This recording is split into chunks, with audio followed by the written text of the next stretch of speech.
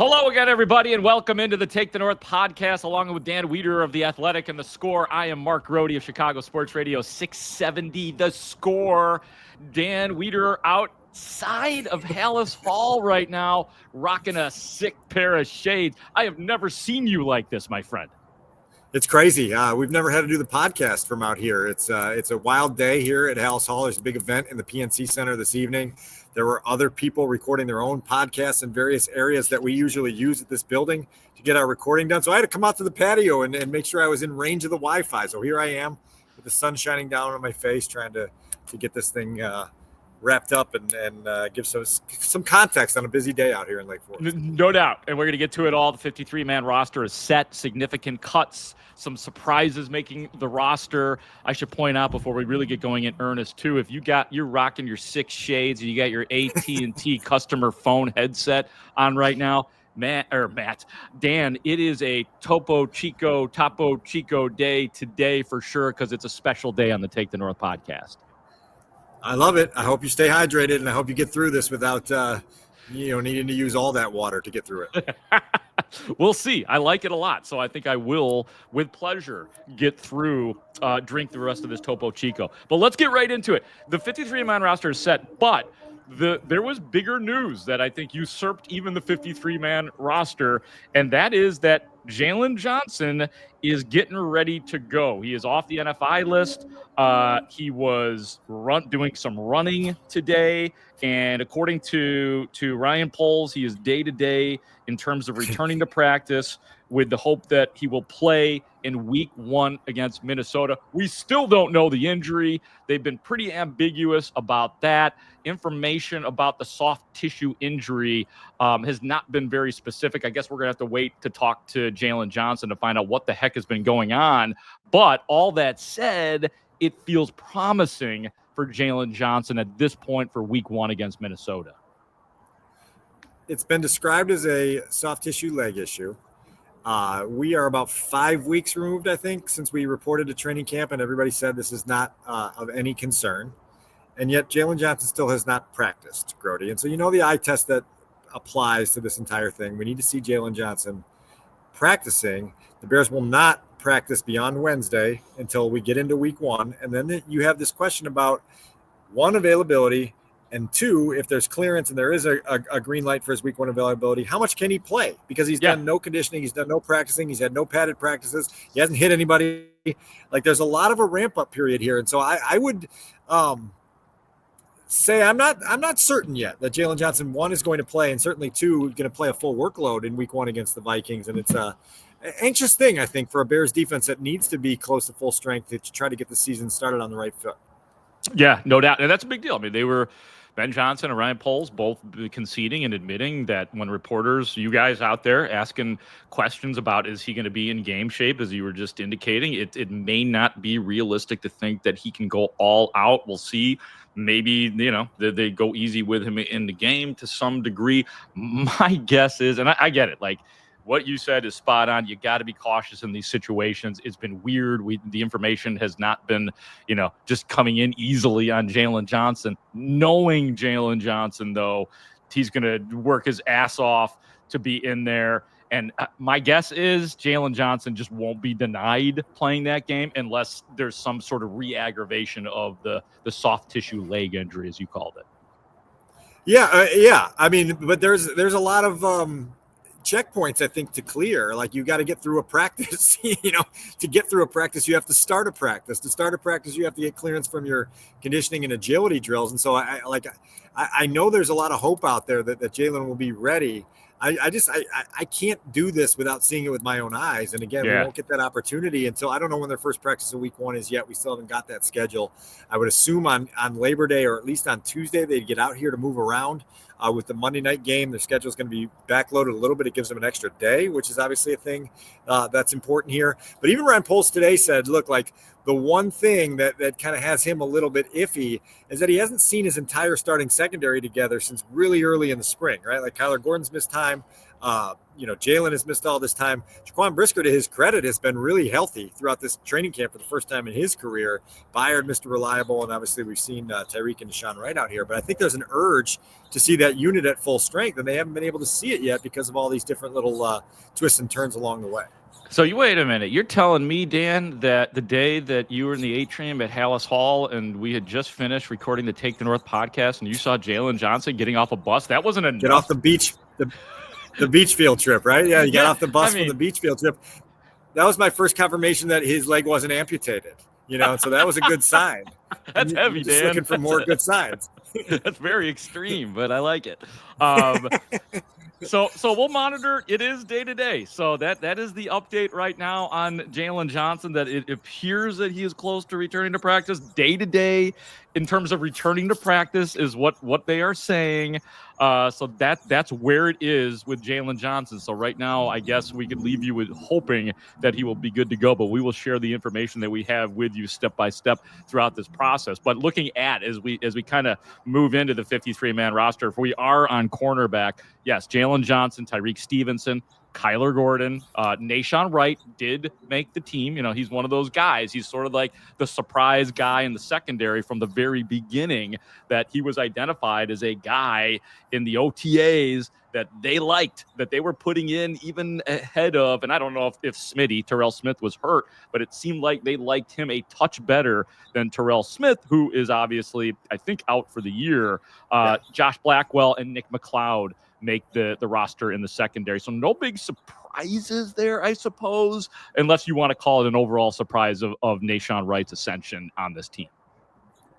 Yeah, and right, like it's not a today surprise, but it's probably a surprise from where we were when we walked back into this building for the spring, and he's shown some really, really positive things throughout camp. I know those didn't show up in the preseason finale in Kansas City and gave people a little bit of worry of like, here's a guy that gets a 29-yard penalty on the first drive, gives up a really long completion in coverage where he just wasn't capable of keeping up with a fast receiver and kind of got frozen on the play. But like it's a group that should be one of the strengths of the team when you combine them with the safety group, which I think the safety and the linebacker group, it's like if you were kind of picking who was going to make the team when we walked into the first day of training camp and who did make the team, those two went exactly as planned. Yeah. One small wrinkle at linebacker, I think, is Amon Ogbongbemiga, special teams ace, is going to start the season on IR with a designation to return. So that opened up a spot for Carl Jones. But other than that, I think those safety and linebacker groups played out exactly kind of how we thought they would. Great job on Ogbongbemiga. As I say, man, you got to take a shot at it, and you nailed it. You didn't even pause. Amen. Yeah. Amen, my brother.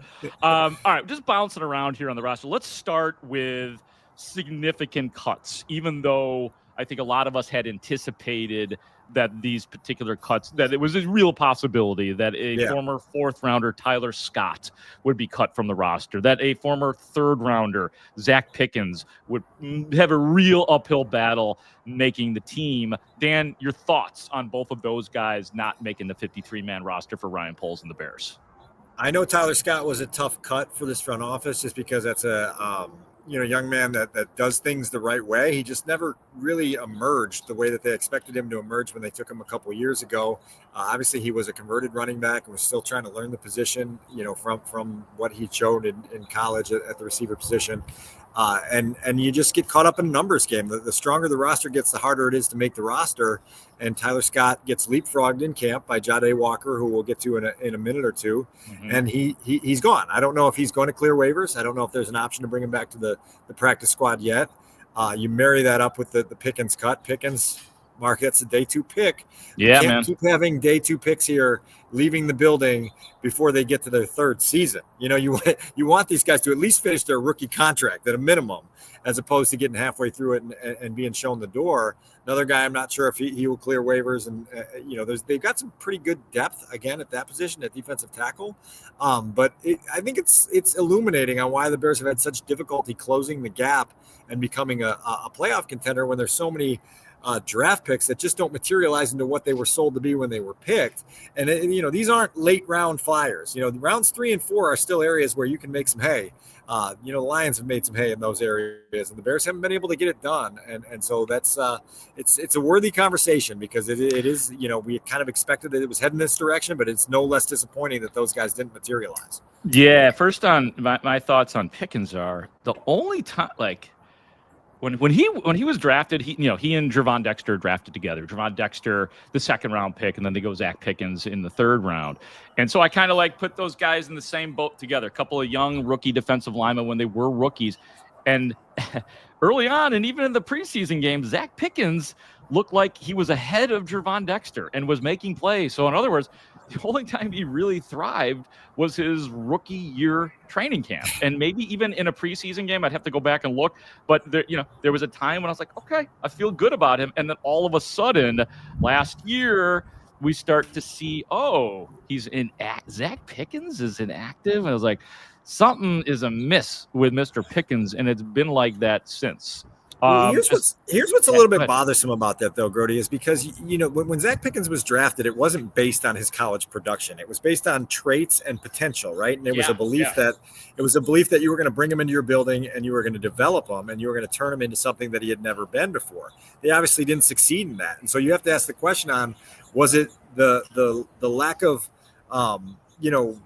whatever you want to call it with the player? Was it a lack of coaching staff oversight and vision to get him where he needed to go, or it goes down as a miss, right? Like, this is a third round pick walking out the door before the start of his third regular season, and it's a miss. And so you can't shy away from figuring out why it was a miss and why it didn't become what you thought it was going to be. Because again, when Zacch Pickens was taken, the night he was taken, the thought was, oh boy, they're going to have to develop him, and they didn't successfully do it. Yeah, and then my last thing on Tyler Scott, like you said, great dude, great guy to talk to, all the speed in the world. The problem was, like, if I want to really simplify it, there were some key drops from Tyler Scott. He just did not show to be a dependable wide receiver when he was given opportunities to do so. The biggest drop I'm trying to recall, was it at Ford Field? I'm picturing that Justin Fields deep down ball. The middle. Down the middle. Yeah, down the left side seam and down the hashes, and just wasn't able to haul it in. That's the one that jumps to mind immediately. And so we'll see what's next for him. He'll land somewhere. If it's not the practice squad here, obviously somebody else will take a flyer on him and see what they can do with him. Yeah, and just real quick, and I want to get into the wide receivers that did make the team, because I know you wanted to talk about Jahadi Walker, but just the other guys that some of the other cuts. Ian Wheeler did get cut from the team. I wrote down Joel Wilson just because at the beginning of the season, when we asked Ben Johnson, who's a guy that's standing out to you? And he's like, Joel Wilson is standing out to me. The tight end, Joel Wilson did not make the roster. Austin Reed did not make the roster. The Bears are keeping 3 quarterbacks, and offensive lineman, a former third rounder, Ricky Stromberg, was cut as well. Is there any other, and if you want to comment on any of those guys, Dan, feel free. Is there anybody else that I should be jotting down on my sheet here of significance?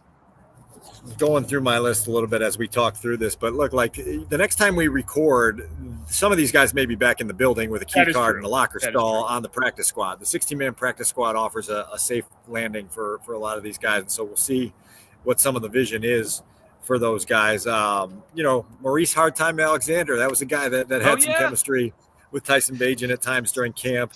Joel Wilson, I think, led the Bears in preseason receptions, if I'm not mistaken. Really? I have to check the numbers on that, but I think that was a number there. Bill Murray jumps out, and Doug Kramer, our guy Doug Kramer, right? That's one. That's one where it's like, what's next for Doug Kramer? Will he be back again on the practice squad, or is that the end of his journey here in his hometown as a Chicago Bear? We'll always have that moment when we were on the elevator up to the press box stand where the grandparents of Doug Kramer were in there, and they are scoreheads, and they knew exactly who I was, about which I was completely flattered, Dan. And you were there to witness it and prove it. It was incredible how starstruck they were by you. It was like I had never seen the grandparents of an NFL football player be so starstruck. And so shout out to Doug Kramer's grandparents for that nice moment. And if they probably knew that I had fun support for Doug Kramer. So good luck to the former U of I guy, Mini Doug Fridge. Kramer. Yeah, Mini Fridge, who, look, he was off the roster for a while. He went out west someplace. Was he on like the Rams roster for a minute? I know he was like last year, the year before. So he's been. You're supposed to be my Doug Kramer encyclopedia. If you don't know, I don't know. He was. I'll have to look it up. Maybe Studzinski, you could look it up. Check out Doug Kramer's career. I think he was on I think another team had claimed him. So he has left the Bears and come back before. I can only hope that he does the same thing again, unless maybe he'll land on the practice squad. Let's move on here, Dan, to the wide receivers.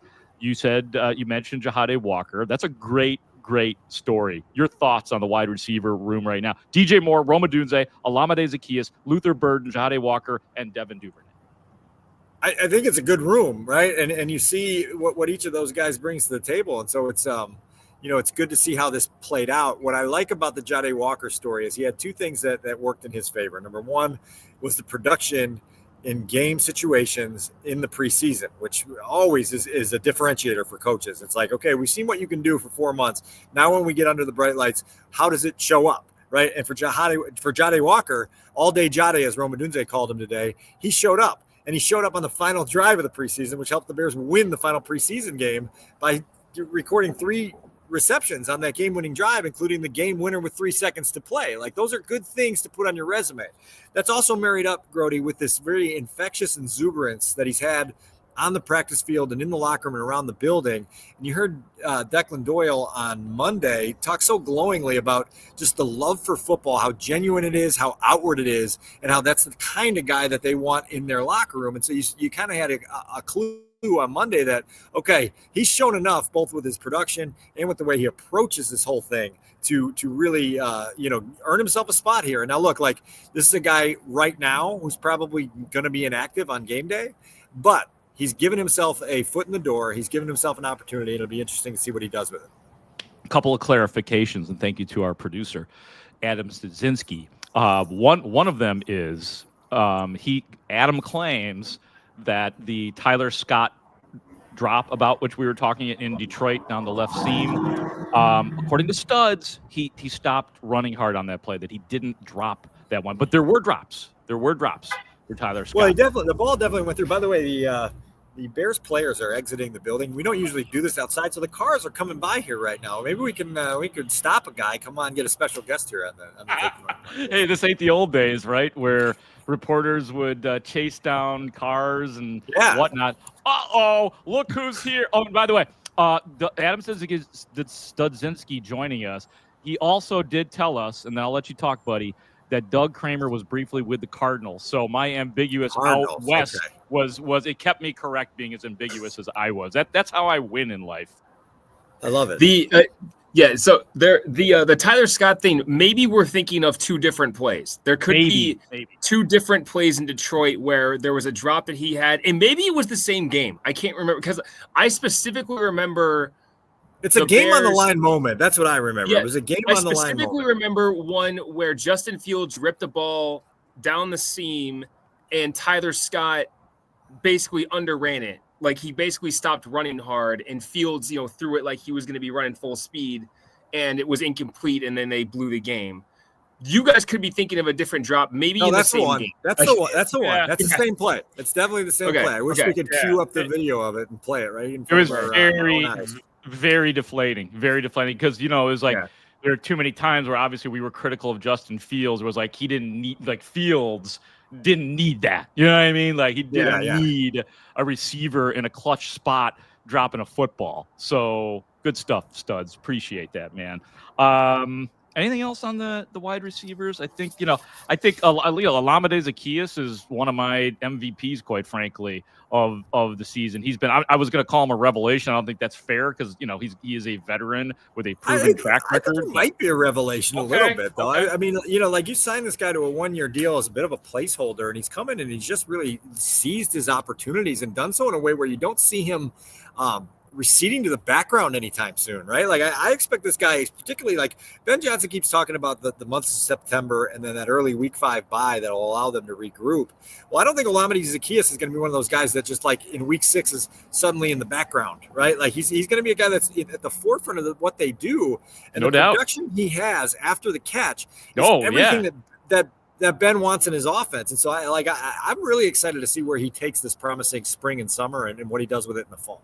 His in-game speed, I keep talking about that. Catch it and rock. I mean, that's when you catch and you're stopped, and then your ability to sprint. I think he's very unique in that way. So I like that being a safety valve and a productive wide receiver. I think the next place I want to go here, Dan, is the offensive line. 10 offensive linemen make the initial roster, including Karan Amagaji. So another former third rounder does make the roster. And Ben Johnson said today that he's not ready to name starters. In other words, he is not ready to concede that Braxton Jones will be the starting left tackle for this team. And he said something that here, I'm going to read the quote from Ben Johnson. I want to get your reaction to it, Dan. He said that we're not afraid to make a change. Oh, no, wait, let me start from the beginning here. Someone's going to take the bull by the horns. Somebody is going to completely take over. Again, this is Ben Johnson. He goes on to say, we're not afraid to make a change, though, if the performance isn't where it needs to be. This screams to me, Dan, Braxton Jones is the starter, but if he's not good enough, Theo Benedette is right there breathing down his neck. Yeah, it's a reluctant starter, right? Like, it's like, okay, yeah, we got to start somebody there in week 1, and it's going to be Braxton, but we're going to reevaluate this as we go. This is the most disappointing thing on the entire roster for me right now, Grote. You and I, and we'll tease this a little bit later in the episode, are going to be together for 4 hours on 670 The Score on Friday. I think we can do a segment on this whole topic because I do think there's 2 things that marry up here. Number one, you remember the buzz in the spring out of this building behind me about how quickly they wanted to identify who their starter was at left tackle so they could just get on with it, right? It was like the sooner the better. The more we can get the cohesion going, the more we can have certainty with our offensive line. We don't want to be mixing and matching, and yet here we are, 10 days from the opener, 12 days from the opener, and you still don't really have a strong feeling about the guy that you're going to start in that position. And so that's frustrating, right? Like, Braxton, to his credit, is doing his best to come back from a very serious ankle injury and the surgery that resulted from it.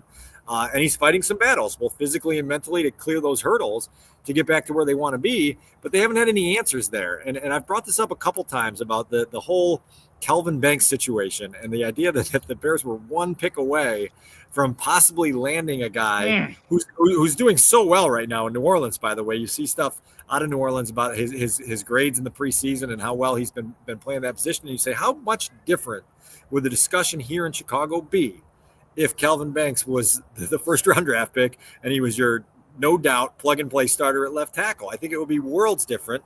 No offense to Colston Loveland, but I think it changes the entire trajectory of where this offense is at right now. Yeah, and that's Kelvin Banks, I think, on the overall non-scientifically was the most mock drafted player to the Bears, and everybody was. And not only that, he was very rarely mocked to anyone before the Bears, right? And so that's where I bring it up, where it's like there wasn't a whole lot of buzz that he was going to be gone, and then he went. And so it's just like anybody that sat in a fantasy draft and had the player they really want go 1 pick before them knows the sting of that. And I can't help but feel like that sting was inside this building and remains inside this building because of what they're doing right now, trying to piece that position together. The running backs room, Dan, DeAndre Swift, we know he's the guy. Roschon Johnson and Kyle Monungai fill out the depth chart, but what is going on with Johnson and Monungai? Are they practicing? What's cooking out there, man? No, they are not practicing. And these are 2 guys now that have had injuries for the last couple of weeks. And so it's been a bit problematic for the Bears with their backfield depth. Monday's practice, Grote, featured only 2 running backs able-bodied enough to practice, and it was DeAndre Swift and Britton Brown. On Tuesday, Britton Brown gets waived, and so DeAndre Swift was a solo act at Tuesday's practice, which is a hard deal. DJ Moore mixing in the backfield, just to continue that little moonlighting experiment that he's doing as a running back. Ryan Poles spoke Tuesday afternoon and felt very optimistic about the statuses of Roschon Johnson and Kyle Monungai as we head toward week 1. We'll take him at his word on that and obviously try to put the eyes on it early next week. Travis Homer gets moved to injured reserve with a designation to return. That's no small deal, Grote. Whatever you want to call me, man. Brody was in Jaws. Remember the movie Jaws? He was that was Sergeant Brody, I believe his name was. So Okay, cool. Brody. Yeah. But it's no small deal because we already talked about Amen Ogbongbemiga going to injured reserve. And so those are two of your core special teams proven standouts in the third phase that are both going to injured reserve together. So you're going to have to make up for the loss of both of those guys in that way. As it relates to the backfield, right now it's a DeAndre Swift show, and you've got to figure out how you're going to kind of blend in the other carries for everybody else. There's great faith in two people to figure this out. The first is Ben Johnson, who is supposed to have the offensive acumen to be adaptable and play around with whatever each week brings him in terms of the pieces he has to work with. And then there's Eric Bieniemy, who Ben Johnson singled out today as a guy who's going to get the most out of whoever's playing that position. So this will be interesting in the coming days, because I would not be shocked if the Bears kept their eyes open on the waiver wire to kind of fill out the depth of that position, whether it be temporarily or for the duration of the 2025 season. But they, by their own admission, will acknowledge that it's a little bit of a test right now, just trying to hold that room together with chicken wire and bubble gum, and hopefully they get a little bit healthier here in the days to come. Well, we know how important Ben Johnson considers the running backs. I mean, we've seen him do this. We talked about the 3 straight 1,000-yard rushers in Detroit, including Jahmyr Gibbs and the former Bear David Montgomery. It's all about the run game and setting up the play action, the things that he wants to do. So it is a little bit tender right now. And we know from the draft with the Ashton Genty talk and some of those second-round running backs that the Bears were probably interested in, like that wasn't just smoke. Travion Henderson, right at the top of that list. Yeah, this is not where the Bears expected to be with the running game right now. So stand by on that. I actually heard that Roma Dunze was dancing around in the backfield as well. So maybe Ben Johnson is going to revolutionize the running back position and just have receivers and the 2 guys on the list right now. Maybe that's what he's going to do. One of the things. Whoa! Did you hear that big loud bang? What was that, man? I don't know. Get down! Wow, that sounded like something construction-wise over there out in the distance. But wow, that was loud, dude. Yeah, he got me. What were we talking about? Running backs. We were talking about running backs. Yeah. And the fact that we're talking about wide receivers in the backfield, and I am talking tongue-in-cheek, but we'll see a lot of jet sweeps. We'll see, for real, we will see DJ Moore in the backfield as we did last year as well. The one thing that I've learned about Ben Johnson in the last 6 months is that all of that creativity and all the innovation, all the stuff that he puts on his play sheet and in his playbook and on video for defenses to study is calculated. It has to have a reason. It has to have a purpose. It has to marry up with something else that they're doing that creates this element of deception or at least concern in an opposing defense. And so I'm really eager to see how he gets that rolling with this offense, because I know he's emphasized time and time again, like the creativity took time in Detroit, but I also think he walks into a situation here where there's so many different playmakers with so many different versatile skill sets that it's going to allow him to be creative quickly. Yeah. And so I'm eager in the first 2 months of the season to see what the early stages of that look like. And part of that, I think, is going to be how they distribute the carries. And it might be, some wide receivers as running backs in the backfield, or it might just be, getting them the ball in different ways on jet sweeps and bubble screens and everything else that helps get that part of the offense moving. Let's do a couple quick defensive notes before we get out of here. I feel like something bad is going to happen to you, Dan, if we continue on with this. Great. So good to hear. So quickly, the defensive end spot, Montez Sweat, Dio Dangbo, obviously. Austin Booker makes it. Daniel Hardy does too, who has been very impressive on special teams. Dom Robinson makes the roster. I was a little surprised about that. Is that Dennis Allen kind of resurrecting his career in a way, saying, yeah, I see something in this guy? Dominic Robinson also left Tuesday's practice early with trainer Andre Tucker. We'll get further clarity on that in the days ahead and see what that means. Look, like the Booker and the Robinson additions to the roster are all promising, but you need the preseason sizzle to turn into regular season production, right? And both those guys have had past, and Dom has obviously been here longer, where they've been very promising in the spring and the summer, and then the fall comes and there's just not much to write about. Let's see what happens with where they go. I do think, you've heard nothing but praise out of this building for what Daniel Hardy has meant on special teams, and so his inclusion in that group of 5 is notable. And then look, like I really think this position, Grote, comes down to whether the starters, both paid a pretty healthy sum of money to disrupt the passer, can earn the money they're being paid to disrupt the passer, right? Like Montez Sweat and Dio Odengbo have to be the players that the Bears paid for. I think that's to the point, blunt, direct. That's how the Bears defense is successful this year. Their top 2 paid edge rushers have to earn their keep. That is the bottom line, no doubt about it. Lastly, defensive tackle, Grady Jarrett, Trevon Dexter, Shamar Turner, the rookie, Chris Williams, and Andrew Billings does make the roster. You were a little nervous about Billings being on the bubble in terms of what Dennis Allen likes along the defensive line, but he makes the roster. Are you surprised at all that Big Bill made it back to the Bears? I had an X post on Monday where I said that Big Bill was one of the guys on the roster that I was eager to see what his status was today. It got like 250,000 views and so much engagement. I never knew that Andrew Billings was as popular with Bears fans as he apparently was. Just to bring back this discussion to the center, it was very clear really early in camp that this was going to be sort of a two-man battle between Zacch Pickens and Andrew Billings. One of those guys is 30 years old. The other guy is a third-round draft pick of the current general manager. And so there is a tug-of-war that comes with that, right? And Andrew Billings isn't necessarily the ideal scheme fit for what Dennis Allen does up front. Now, he can rush the passer from the interior. He's obviously been a good run stopper, and he's meant a lot to that run defense. But you knew that in order to keep Billings at age 30, you were going to have to cut ties with a day 2 draft pick. And so that tug-of-war somewhere in the discussions upstairs had to occur. That's all I was illuminating for people was it's one or the other. Andrew Billings is the more proven, better football player, but sometimes on football teams, you're shooting for long-term upside and you're trying to figure out who may be here when we get really good again.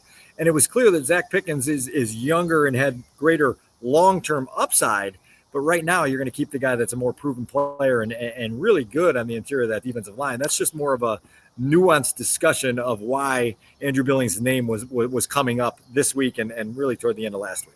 Coming soon, 16 players. Is that where we're at with the practice squad? Isn't that the maximum right now in terms of building that, yes, Dan? sir. 16. Yep, 16 players. So that's coming up yes, next. We got to get out of here. Dave the Cat is telling me it's time to go. I'm worried about you outside of Haugh right now, Dan. Anything else you want to share, or just stay tuned because things are in a fluid state right now? Yeah, the only other thing I'm going to share is later this week, we're going to have a nice episode with Adam Amin, good friend of the podcast there, with some good insight on the Bears and everything that's Nice. there. And then you and I'm going to tease this again. Friday morning, 10 to 2, WSCR, 670 AM, The Score. I'm pumped for this, Grote, because not only is it us in studio together, it's Bears season, baby. And we can talk man. relevant Bears topics for 4 hours and not run out of things to say. Yeah, well, can we do one Cubs segment maybe? Is that, can you give 100%. me that? Okay. Oh, I can give you an hour of Cubs. I'm just saying that, Okay. like, if we wanted to, like, we can do 2 hours of Cubs if you want. I'm in. Oh no, we'll get opportunities too throughout the year. I mean, who knows what Take the North has in store for our audience. And we did a live show on stage last year in our performance studios and the Odyssey Networks and 670 The Score. Dan and I did a couple of special shows on The Score. So all of that is coming. Just stay tuned to Take the North. We will let you know what is up. But that is it for today. For Dan Wiederer of The Athletic, who is outside of Haugh. For our executive producer, Adam Studzinski, adding some nice texture today. And he yelled at me too. I don't know if you guys don't know that, but I was yelled at by Studzinski. I am Mark Grote. Thank you for listening. Thank you for watching the Take the North podcast.